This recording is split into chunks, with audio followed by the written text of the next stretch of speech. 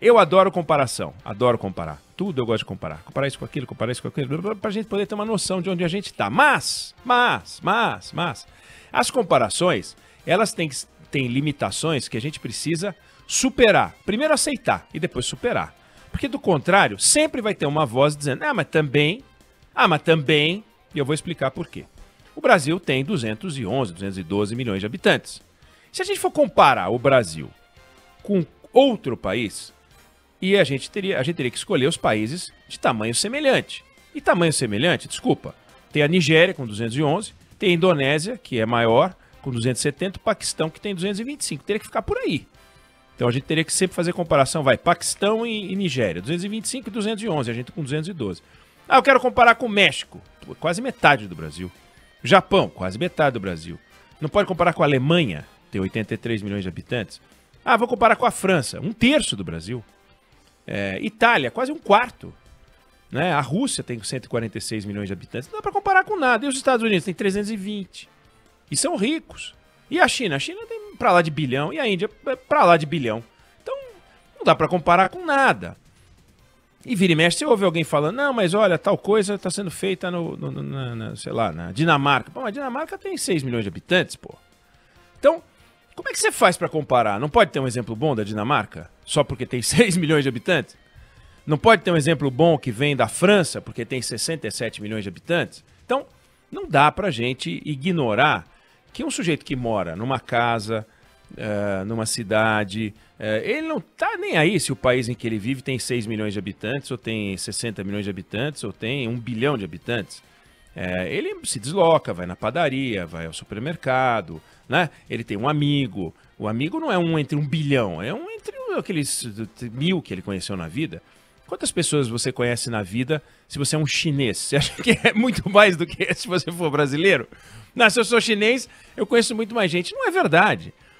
Se eu sou dinamarquês, eu conheço muito menos gente. Não é verdade. Você estuda numa escola que tem 30 pessoas, 40, 50. Você vai a uma universidade que tem lá o número de alunos que tem no seu curso. Depois você vai trabalhar numa empresa que tem o tamanho que a empresa tem. Não é porque está na China que a empresa a empresa que você trabalha tem 6 milhões de funcionários. Não é assim que funciona. É que tem muitas empresas na China. Enfim, eu estou dizendo isso para que a gente possa olhar para os países de onde vêm maus exemplos ou países de onde vêm bons exemplos para a gente se inspirar. E levando em consideração que tem diferença sempre. Mas às vezes as atitudes é que inspiram, independente do tamanho e do efeito. Estou falando tudo isso para citar o caso do Chile. O Chile é um país com 15 milhões de habitantes. Aliás, minto, com 19 milhões de habitantes. O Brasil, 210, 211. Então é muito menor do que a gente. Tem uma renda per capita que é quase o dobro da nossa. Mas é um país que tem 1/6 do nosso PIB. Né? Você pegar a área, a gente é 11 vezes maior do que o Chile. De área. Né? Então tem desafios completamente diferentes. Mas teve um desafio que uniu o Chile ao Brasil, a Argentina, a Rússia, a Nigéria, o Paquistão, a Indonésia, a França, o Reino Unido, que foi a Covid. E eu estou querendo ir para o Chile para mostrar a atitude do governo, a atitude das autoridades, o compromisso que eles assumiram. O presidente Sebastián Piñera era um desastre quando começou essa Covid, mas um desastre, a imagem dele era puleiro de pato. Já viram puleiro de pato? É puleiro de pato. Ruim pra caramba. A popularidade dele estava 6%. Mas 6%, eu não sei que presidente brasileiro teve 6% de popularidade. Talvez a Dilma, 8%. Temer teve acho que 11% ou 10%. 6% é um negócio inacreditável, é nada. Se você ligar para 3 caras da família dele, já dava 6%, porque o Chile é pequeno. Mas enfim, quando veio a Covid, esses caras, eles fizeram um negócio que eu acho que é importante a gente destacar. Eles foram atrás de todos os laboratórios que estavam pesquisando vacina. Aí, além de ir atrás de todos os laboratórios, fecharam acordo com todos eles. Ofereceram o Chile para fazer teste de fase 3 de todas as vacinas. Todas as vacinas. O que aconteceu? Em troca, eles teriam preferência na hora de comprar. Resultado. O Chile, com 19 milhões de habitantes, comprou o dobro de vacinas necessárias para vacinar a população. Não porque tem 2 doses por pessoa.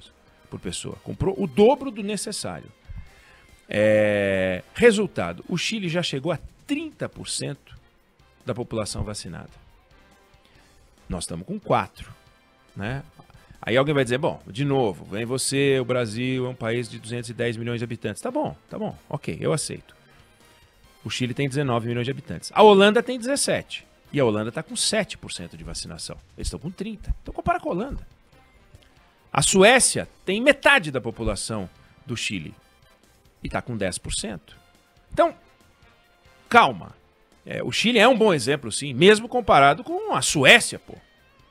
Com a Suíça, que tem metade da população também do Chile, e está com 11% de vacinação. Aí alguém vai dizer, pô, mas escuta, se a Suíça está com 11 e a gente está com 4, até que a gente não está tão mal. Não, vamos olhar, por exemplo, o chileno. Eu só quero mostrar a atitude, o compromisso. Foram atrás, estão com 30%. Em 2 meses, ou seja, no mês de maio, o Chile atinge 80% da população vacinada. Entre 75 e 80 até o final de maio, mais tardar começo de junho, 80% da população vacinada. Isso quer dizer, volta à vida. Não normal, nós vamos ver como vai ser, mas quase normal. Retomada de atividades econômicas. O que isso quer dizer é que 2021 para o Chile vai ser um ano de crescimento perto de 7%. E no Brasil nós estamos estimando 3 e poucos por cento. Eles têm eleição em novembro, o governo está correndo e tal, mas o fato é que esse exemplo é muito interessante.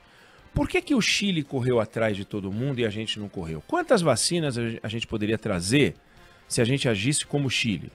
Aí alguém vai dizer, não, mas eles são pequenos. Bom, mas se eles têm 1/6 do nosso PIB e os Estados Unidos conseguem as coisas que a gente não consegue porque eles são mais ricos, por que a gente, sendo mais rico do que o Chile, não agiu e não atacou e não foi atrás e não conseguiu mais do que o Chile? Ainda que a gente não tivesse com 30% de vacinação, né? Os Estados Unidos não estão com 30% de vacinação, mas já estão com 1/4 da população vacinada. O Brasil demorou para agir, pelas razões que a gente já conhece. A gente sabe que no governo federal a primeira reação não foi de abraçar a causa da vacina. Ao contrário, foi ficar nos paliativos, né? Foi ficar correndo atrás de uma briga, os governadores também brigando com o governo federal. Quer dizer, as nossas autoridades não abraçaram a solução. Elas se atracaram com os velhos problemas brasileiros, que é o problema de ficar brigando, briga pela reforma da Previdência, briga pela reforma tributária, briga pela reforma administrativa, briga por qualquer coisa. Briga, a gente só sabe brigar. Ontem a gente viu a entrevista do governador de São Paulo, em que ele anunciou algumas medidas. Acho até que o número de medidas é pequeno diante do carnaval que ele fez, mas tudo bem. Uma coletiva em que o governador estava na apresentação, mas ainda assim passou um vídeo dele mesmo. Não entendi nada. Por que ele passou um vídeo dele mesmo? Para a gente poder vê-lo ao vivo e também gravado? Não entendi, mas tudo bem. Eles devem saber o que eles estão fazendo. Mas era uma forma do João Dória ficar grandão, né? Porque ele ficou gigante, com uma cabeça gigante, num telão gigante. Parecia o lançamento do novo iPhone, do novo telefone. Estava ele lá falando. E não perdeu a oportunidade de espetar o governo federal. Nas 335 mil entrevistas que ele já deu, falando do coronavírus e falando do Plano São Paulo, ele bateu no Jair Bolsonaro. Tá certo, tá errado, tem críticas a fazer. Todas as críticas que ele faz ao Bolsonaro são fundamentadas. O Bolsonaro realmente não ajudou. Mas toda vez, bater. E o Bolsonaro, toda vez que abre a boca, bate. E lá no Chile eles não fizeram isso. A elite política do Chile não colocou em discussão, e lá não existe uma campanha anti-vacina, como na Europa existe. Não colocou em discussão, a solução é a vacina. E foram atrás da vacina. O que tem que fazer? Distanciamento social fizeram. E vacina fizeram. São as duas armas possíveis. Aqui a gente se atrapalha com a vacina. Aqui a gente anuncia que vai ter 46 milhões de vacinas no mês de março. Depois anuncia que vai ter 22 milhões de doses. Quer dizer, como é que pode ser 46 e ser 22? No Senado estão discutindo a possibilidade de abrir uma CPI para investigar isso. Não porque acho que o Pazuello está bebendo vacina à noite, né? Ou roubando vacina. Não é isso, não é essa acusação. É de incompetência mesmo. É de incapacidade. É de entregar o Ministério da Saúde para mãos erradas. Mas não é só isso. Não é só o Pazuello o problema. A organização das nossas autoridades construiu um caminho difícil. E a organização das autoridades chilenas construiu um caminho fácil. O Chile viveu momentos difíceis na sua história, muito difíceis, com o regime militar, como a gente viveu. E um regime militar complicado. O nosso também foi complicado, mas não vamos ficar comparando quem é que matou mais, né? Quem é que morreu mais, né? Não faz muito sentido. Mas tiveram um regime duro. Saíram de lá, foram para a democracia, desafios e desafios, e fizeram reformas, fizeram transformações. O nível de educação no Chile é um espetáculo comparado ao Brasil. Você vai ver os dados do PISA deles e pega os dados do PISA nosso. Então, o Chile é referência para PISA, para educação, é referência para organização de Estado, é referência para abertura econômica, apesar de ser um país pequeno. Quer dizer, o Brasil não pode ter o nível de abertura do Chile só porque é grande? Bom, então nós estamos fritos. A gente vai ter que copiar o quê? A Paquistão? De forma que eu queria trazer esse exemplo porque hoje só se falam, só se fala de dois países na América Latina, Brasil e Chile. São os dois países que são citados como exemplo, Brasil e Chile. O Brasil, porque está patinando com o coronavírus, na taxa de 4% de vacinação, uma variante complicada que é a P1, e desafios para a gente vencer o distanciamento social. E em parte disso, não dá para botar toda a culpa nas autoridades, mas desde o início a Covid mostrou que ela age de maneira grave sobre as pessoas que pertencem a certos grupos de risco, entre eles os mais velhos. E de um tempo para cá, ficou claro também que age sobre as pessoas que adotam um comportamento de risco, entre elas as que descuidam do distanciamento social. 4, 5 amigos para assistir uma partida de futebol, juntar uma turma para um churrasco inocente, ou até, por que não, uma balada, né? Por que não? Sou jovem. Mas aí a Covid não perdoa. Tanto que as curvas mostram que está aumentando a taxa de óbito, quantidade de óbito entre os mais jovens, estou considerando mais jovens abaixo de 60, do que acima de 60. Claro que ainda acima de 60 é maior, mas conscientização é fundamental. E aí isso é tarefa das autoridades, conscientizar. Não é só comprar vacina, não é só baixar medidas de força, ou seja lá o que for, para distanciamento social, não. É convencer, mostrar, ilustrar, educar, é pedagogia, é repetição.